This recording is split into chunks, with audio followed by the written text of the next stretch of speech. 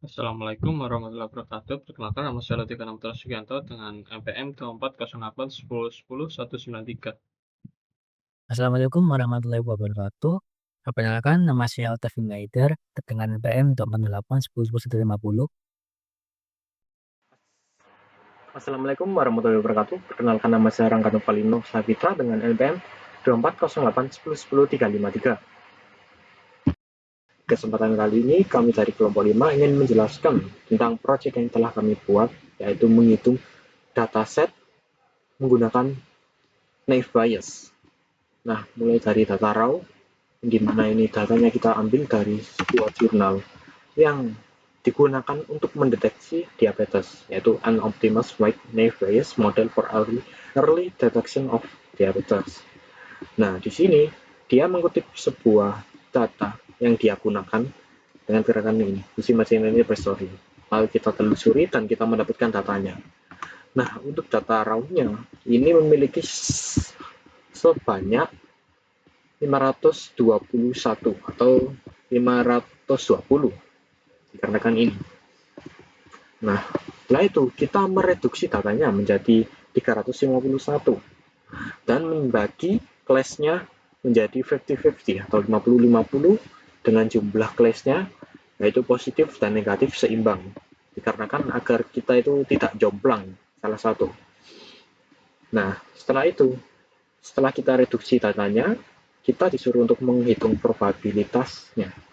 Nah, apa itu menghitung probabilitas? Maksudnya gimana? Nah, menghitung probabilitas itu kita disuruh untuk menghitung setiap kolomnya. Nah, misal di contoh kolom poliuria, di sini kan terdapat dua nilai, yes dan no. Nah, yes dan no ini juga memiliki nilainya sendiri, yaitu kelas positif dan negatif. Jadi, yes itu ada positifnya, yes ada negatifnya juga, dan no ada positif dan negatifnya juga. Nah, di data kami semuanya menggunakan yes dan no semua, dan yes dan no juga memiliki positif dan negatif. Itu lebih tepatnya kelas di sini. Nah, lalu kita disuruh untuk menghitung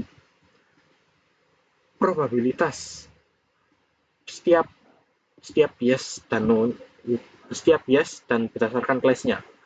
Nah, di sini kita memiliki tabel perhitungannya. Nah, caranya itu dengan cara menggunakan CONIF. Di sini terdapat keterangan CONIF Q3 sampai Q300 positif dan C3 sampai C300 no. Nah, ini maksudnya itu kita disuruh mencari dan menghitung dari Q3 sampai Q300 yang positif itu seberapa banyak. Nah, lalu selanjutnya ada juga ini.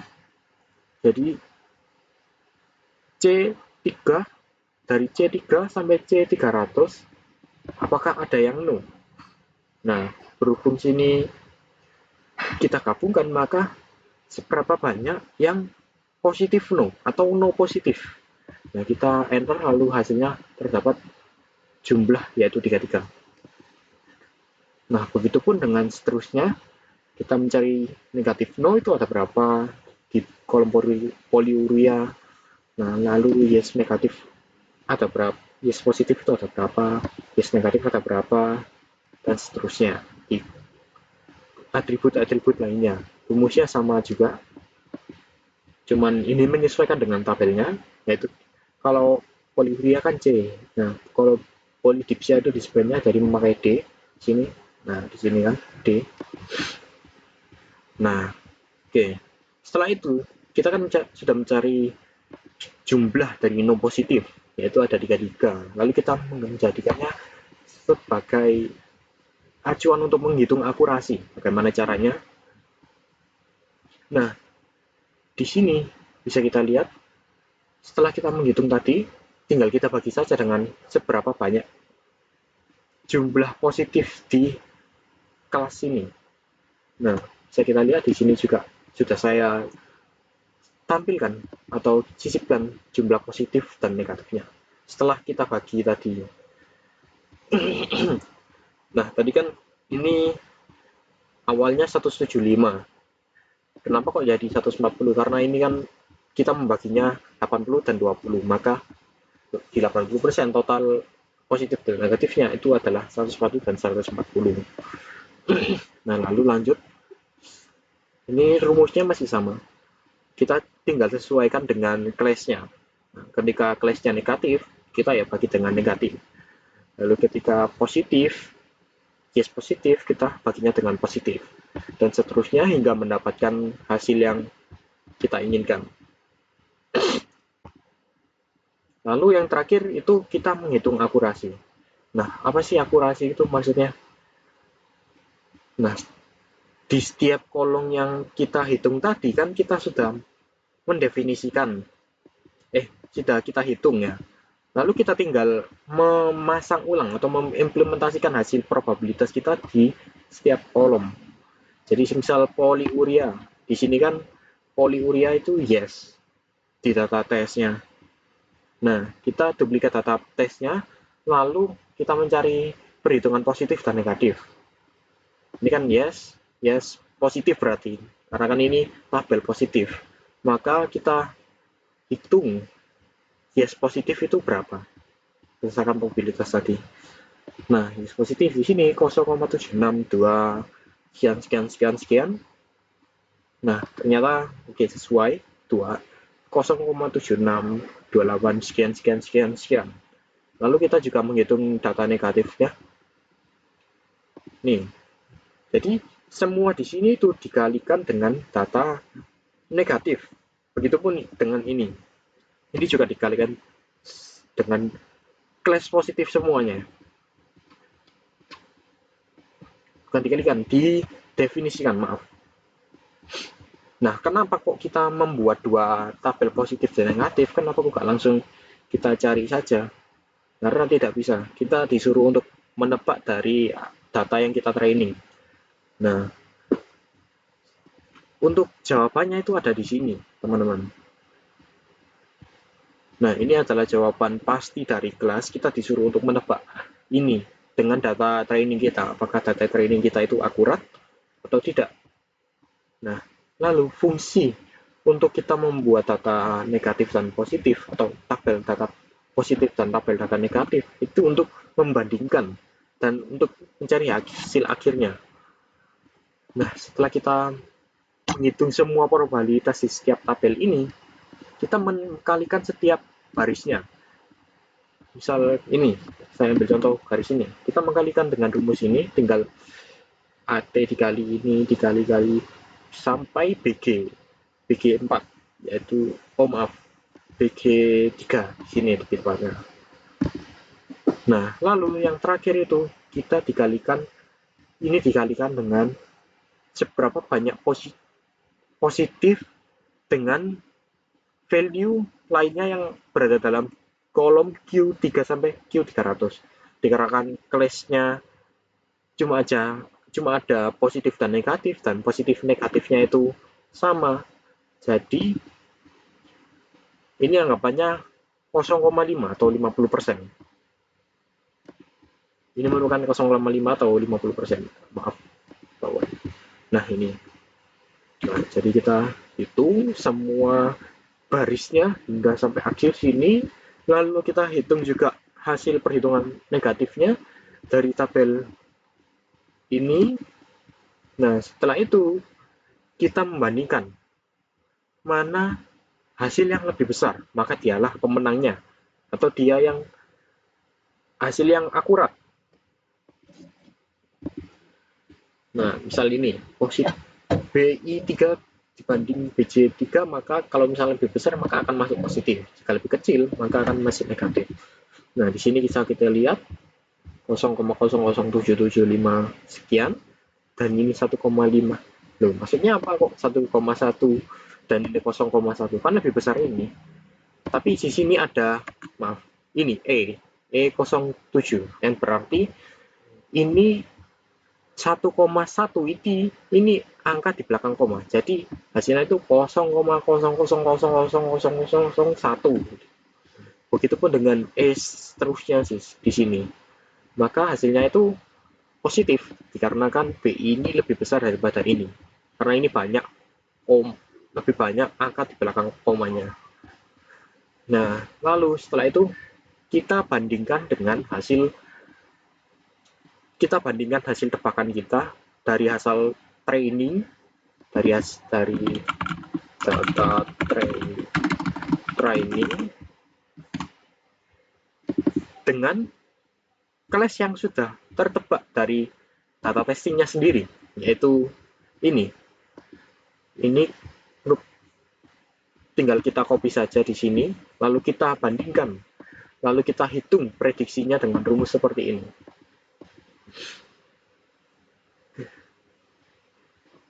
Oh ya, kita definisikan terlebih dahulu. Ketika sama, maka hasilnya benar. Ketika tidak sama, maka hasilnya salah. Lalu kita hitung akurasinya. Ketika BM3 dan BM72 itu BM3 sampai BM72 itu benar, dibagi dengan BM3 dikali BM3 sampai BM72 dikali 100 dalam bentuk persen, maka hasilnya seperti ini. Oke, baik. Jadi di sini adalah program Naif Bayes yang sudah kami buat dengan bahasa Python, yang dimana di sini untuk memprediksi penyakit diabetes. Yang dimana di sini untuk pertama-tama kami menggunakan 3 library, yaitu library CSV, Math, dan juga Sense. Di sini CSV sendiri berfungsi sebagai untuk membaca file CSV agar nanti programnya bisa menjalankan operasi matematika, dan juga Sense untuk membaca argumen dari terminal, sehingga nantinya kita itu bisa menjalankan program dengan file dan CSV sebagai inputannya nanti. Lalu selanjutnya di sini ada fungsi normalisasi value. Nantinya akan digunakan pada saat user melakukan inputan, guys. Mana fungsinya ini untuk membersihkan inputan dengan menghapus spasi dan juga mengubah semua huruf menjadi lowercase. Ini terus di bagian sini untuk atribut gender dari data kami, apabila di user memasukkan inputan berupa baik itu mil besar, maka akan dinormalisasi menjadi mil kecil. Nah, maksudnya ini yang dimana baik itu mau nantinya user menginput apa, male, m, laki atau laki-laki, nantinya akan dikembalikan ke nilai male. Tidak jauh berbeda untuk female, juga sama akan dikembalikan ke nilai female dengan f besar. Dan selanjutnya ada untuk atribut yang menggunakan yes dan no sebagai nilainya, seperti varia, politicia, weakness, dan sebagainya. Di sini dimana apabila user memasukkan yes akan dikembalikan yes kecil, akan dikembalikan nilainya dengan yes besar, dan no bila menginputnya kecil semua atau besar semua akan dikembalikan nilainya ke no dengan n besar. Terus untuk atribut X sendiri di sini hanya akan menerima inputan berupa numerik. Jadi apabila user memasukkan berupa numerik, nantinya akan muncul peringatan agar user memasukkan angka numerik. Nah, fungsinya sendiri ini agar nantinya itu nilainya atau inputannya itu konsisten dengan data train yang sudah ada. Lalu selanjutnya di sini ada fungsi load CSV. Di sini sesuai namanya, ini berfungsi untuk membaca file CSV-nya kita nanti. Terus untuk di sini ada class yang kami berikan nama Naif Bayes. Yang di sini kelas ini memiliki atau menyimpan semua perhitungan atau probabilitas dan juga prediksi. Selanjutnya di sini ada konstruktor, yang dimana di sini untuk menyimpan data training dan juga memisahkan atribut dan kategorikal. Kemudian akan langsung menghitung probabilitas dan juga likelihood. Untuk fungsinya sendiri, kalkulator kalkulator priori ini sendiri berfungsi untuk menghitung peluang awal setiap kelasnya nanti, di mana prioritas ini nanti akan menunjukkan seberapa sering sebuah kelas muncul di data trainingnya. Yang sudah kita punya, itu train CSV ini. Terus untuk fungsi likelihood ini digunakan untuk memisahkan untuk melakukan perhitungan kategorial dan juga parameter digunakan untuk melakukan perhitungan yang atributnya numerik. Untuk kategorial likelihood di sini yang pertama di sini berfungsi yang ini memiliki fungsi untuk menghitung probabilitas suatu nilai atribut yang muncul pada kelas tertentu yang mana di sini kita menggunakan Laplace smoothing agar tidak ada probabilitas yang nantinya akan bernilai 0 sehingga model bisa tetap stabil saat memprediksi nantinya. Jadi walaupun nanti ada misal secara tidak sengaja ada data kosong, maka probabilitas atau prioritasnya nanti itu akan tetap memiliki nilai probabilitas walaupun kecil seperti 0,1, jadinya tidak agar programnya masih tetap berjalan tetap stabil.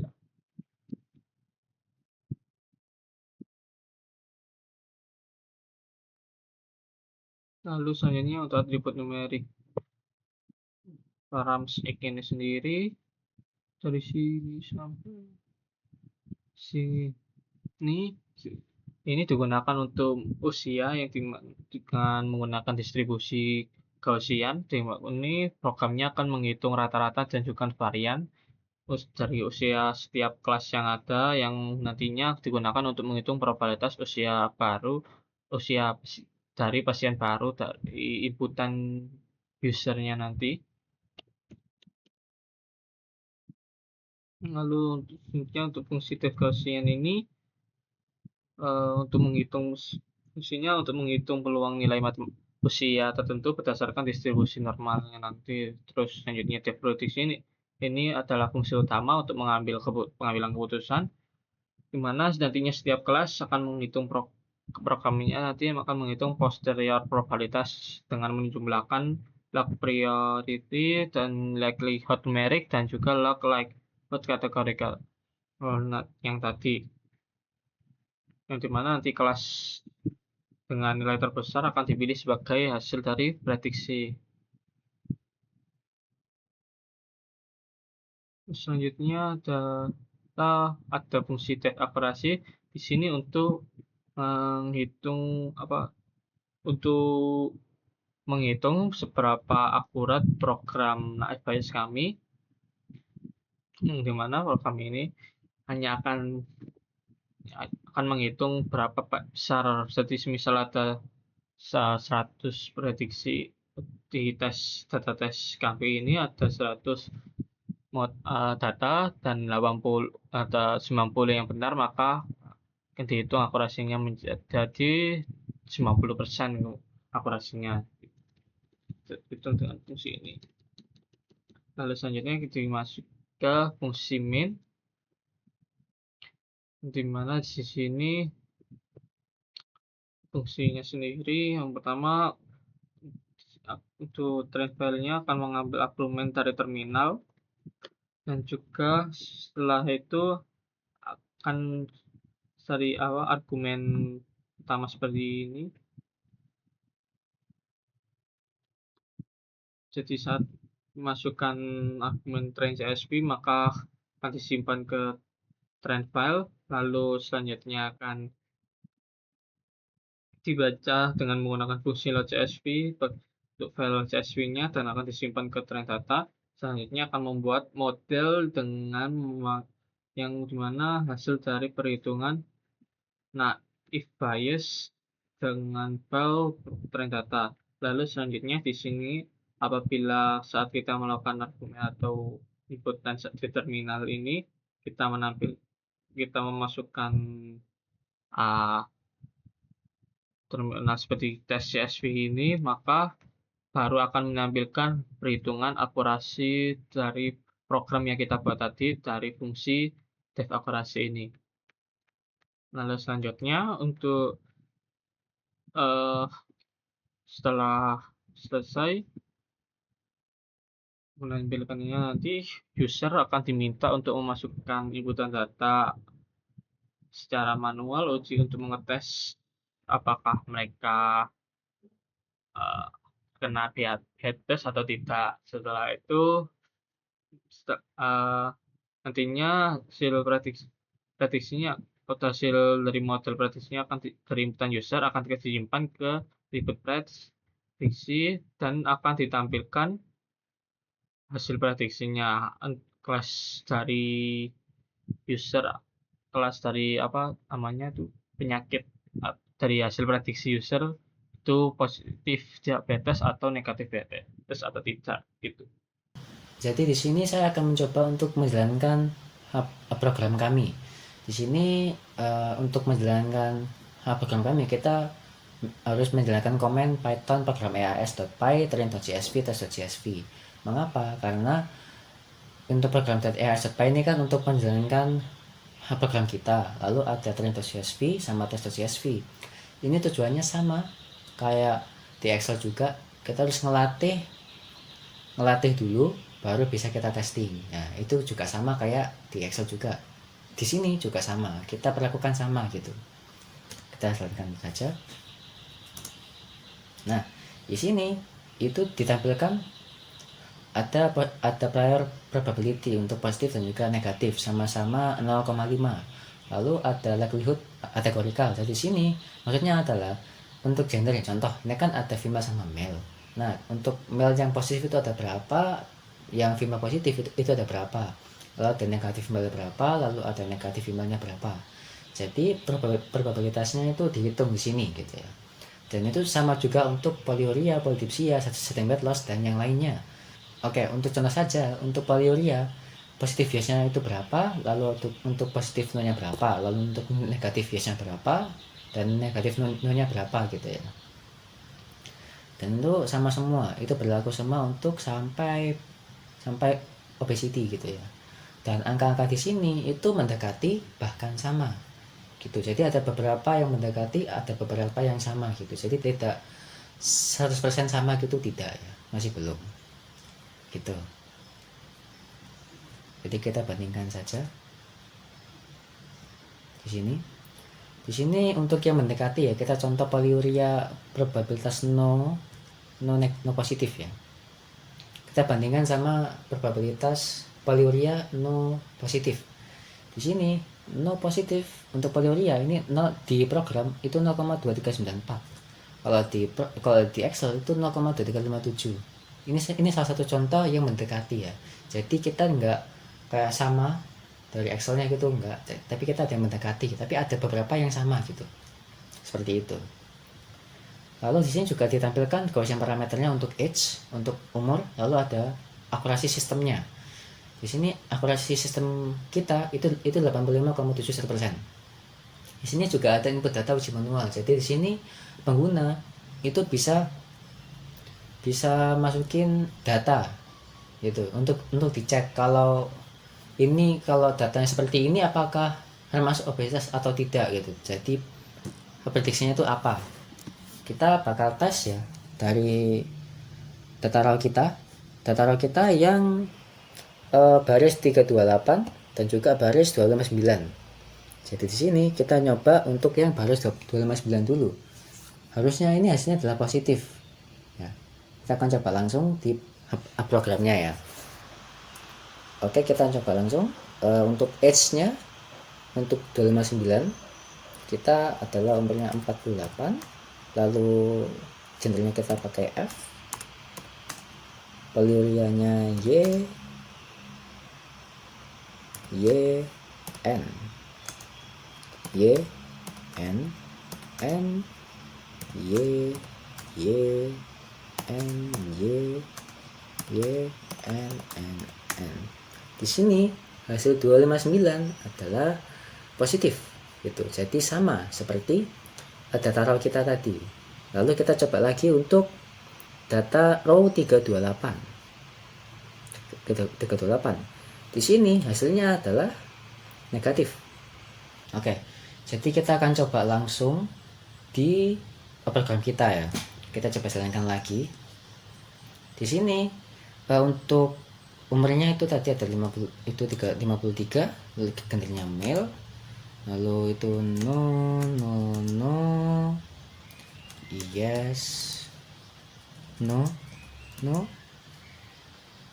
yes, no, yes, no, yes, no. Di sini hasilnya adalah negatif untuk yang 328 gitu ya. Kita cek lagi, hasilnya adalah sama, adalah negatif. Seperti itu.